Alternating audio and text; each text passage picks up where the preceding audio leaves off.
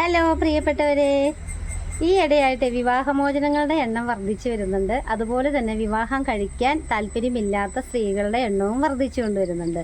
എന്താണെന്ന് നമ്മൾ ആലോചിച്ചിട്ടുണ്ടോ? പലരും പറയുന്നത് സ്ത്രീകൾക്ക് ഇപ്പോൾ വരുമാനം മാർഗമുണ്ട്, അതുകൊണ്ടാണ്, അല്ലെങ്കിൽ സ്വന്തമായിട്ട് വരുമാനം നേടുന്ന സ്ത്രീകളുടെ എണ്ണത്തിൽ വർധനവ് ഉള്ളത് കൊണ്ടാണ് സ്ത്രീകൾ വിവാഹം കഴിക്കാത്തത്.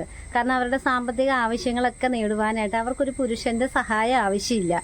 അതുകൊണ്ടാണ് അവരൊന്നും വിവാഹം കഴിക്കാത്തതെന്നാണ് ഒരു കൂട്ടരുടെ വാദം. അങ്ങനെ കുറേ പോസ്റ്റുകളൊക്കെ കാണാറുണ്ട്. പക്ഷേ ശരിക്കും സ്വന്തമായിട്ട് വരുമാനം നേടി തുടങ്ങിയതാണോ സ്ത്രീകൾ വിവാഹം കഴിക്കാൻ താല്പര്യം കാണിക്കാത്തതിന് പിന്നിൽ?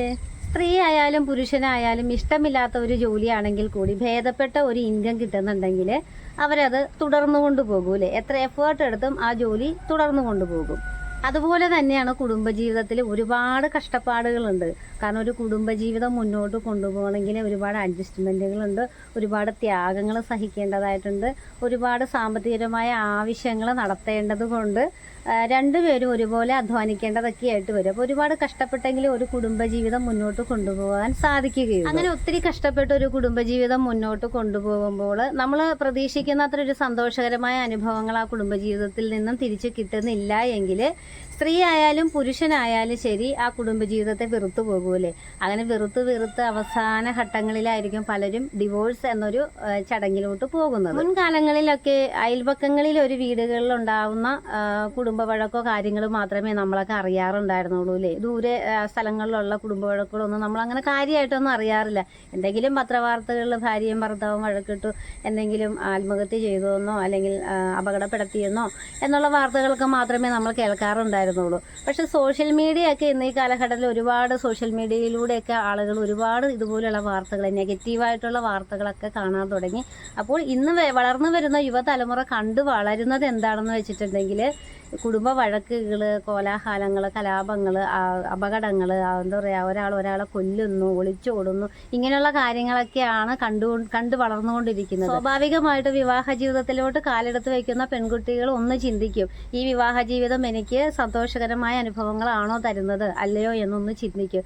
കാരണം അവർക്ക് ഉറപ്പില്ല. അവർ ചുറ്റും കാണുന്നത് ഇതുപോലെയുള്ള ബഹളങ്ങളും അപകടങ്ങളും വഴക്കുകളും ഒക്കെയാണ് കാണുന്നത്. അവിഹിത ബന്ധങ്ങൾ, ഭാര്യ അറിഞ്ഞുകൊണ്ട് ഭർത്താവ് പോകുന്നു, ഭർത്താവ് അറിഞ്ഞുകൊണ്ട് ഭാര്യ പോകുന്നു, അതുപോലെ ഭാര്യയും ഭർത്താവും ഒരു അഡ്ജസ്റ്റ്മെൻറ്റ് ലൈഫിൽ ജീവിക്കുന്നു. കാരണം ഇങ്ങനെയുള്ള അനുഭവങ്ങളൊക്കെ അവരുടെ സുഹൃത്തുക്കൾ, അല്ലെങ്കിൽ അവർക്ക് ഒത്തിരി സുഹൃത്തുക്കളുണ്ട്. ഇൻസ്റ്റാഗ്രാം വഴിയാണെങ്കിലും ഫേസ്ബുക്ക് വഴിയാണെങ്കിലും ഒരുപാട് പേരുമായിട്ട് കമ്മ്യൂണിക്കേഷൻ വർദ്ധിച്ചിട്ടുണ്ട്. അപ്പോൾ പലരും അവരുടെ ജീവിത അനുഭവങ്ങൾ പറയുന്നതിലൂടെ ഇപ്പോഴുള്ള പെൺകുട്ടികൾ നമുക്ക് ചുറ്റും നടക്കുന്നതായിട്ടുള്ള കാര്യങ്ങൾ അവർ മനസ്സിലാക്കി ആണ് വളർന്നു വരുന്നത്.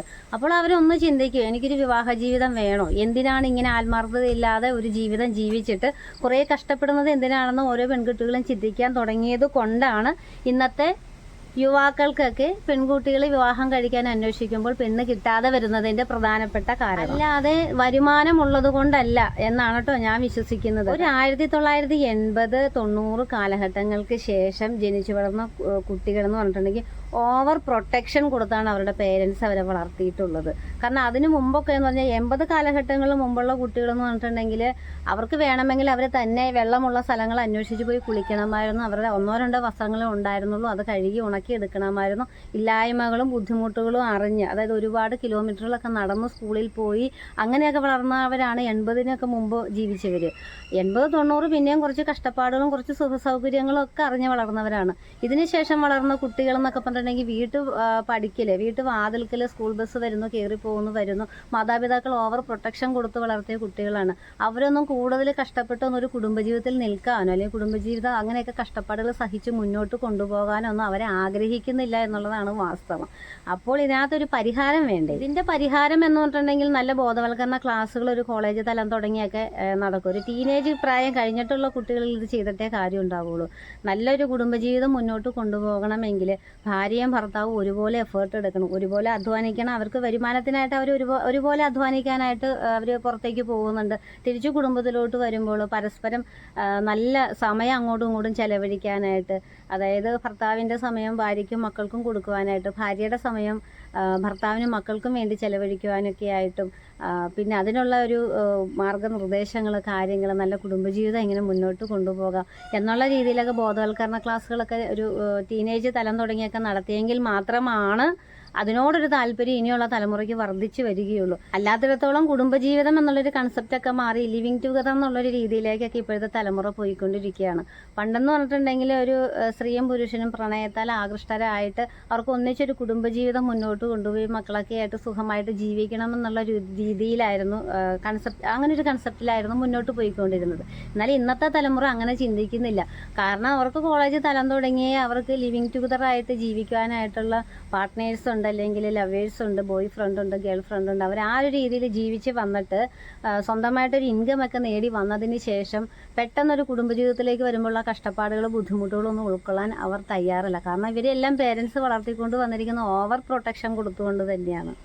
അപ്പോൾ കുടുംബജീവിതത്തിലെ കാര്യങ്ങളും ഉത്തരവാദിത്തങ്ങൾ, കടമകൾ, അതിൽ വരുന്ന ബുദ്ധിമുട്ടുകളെല്ലാം പരസ്പരം സന്തോഷത്തോടെ ഒരുമിച്ച് ഷെയർ ചെയ്യാൻ താല്പര്യമുള്ളവർക്കും അത് സഹിച്ച് മുന്നോട്ട് കൊണ്ടുപോകാൻ ഇഷ്ടമുള്ളവർക്കും മാത്രമാണ് നല്ലൊരു കുടുംബജീവിതം മുന്നോട്ട് കൊണ്ടുപോകാൻ സാധിക്കുകയുള്ളൂ. അതായത് ഓവർ പ്രൊട്ടക്ഷൻ കൊടുത്ത് വളർത്തിക്കൊണ്ട് വന്നിരിക്കുന്ന പെൺകുട്ടികളോ അല്ലെങ്കിൽ ആൺകുട്ടികളോ ആകട്ടെ, അവരൊരിക്കലും കുടുംബജീവിതത്തിലെ കഷ്ടപ്പാടുകൾ സ്വയം തരണം ചെയ്യാൻ അവർ പ്രാപ്തരായിരിക്കില്ല. അത് തന്നെയാണ് ഇവിടെ പറയാൻ പോകുന്നത്. അതുകൊണ്ട് കുട്ടികൾക്കൊക്കെ ഒരു 18 വയസ്സ് പ്രായപൂർത്തിയാകുമ്പോൾ അവരുടെ ഒരു കോളേജ് വിദ്യാഭ്യാസം, അവരുടെ അല്ലെങ്കിൽ ഒരു സാങ്കേതിക വിദ്യാഭ്യാസം ഒക്കെ പൂർത്തിയായി കഴിഞ്ഞിട്ടുണ്ടെങ്കിൽ അവർ സ്വന്തമായിട്ട് ജീവിക്കേണ്ടത് എങ്ങനെയാണെന്ന് അവരെ പഠിപ്പിച്ചു കൊടുക്കാനാണ് നമുക്ക് സാധിക്കുകയുള്ളൂ.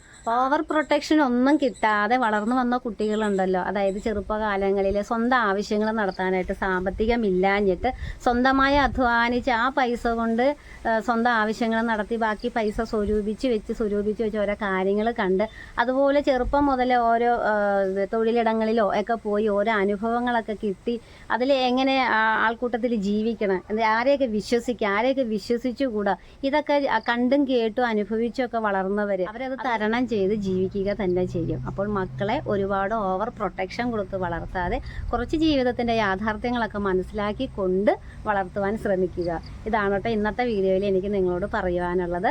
അപ്പോൾ വീണ്ടും നല്ല നല്ല വീഡിയോസൊക്കെ ആയിട്ട് വരാം. Tata, bye bye.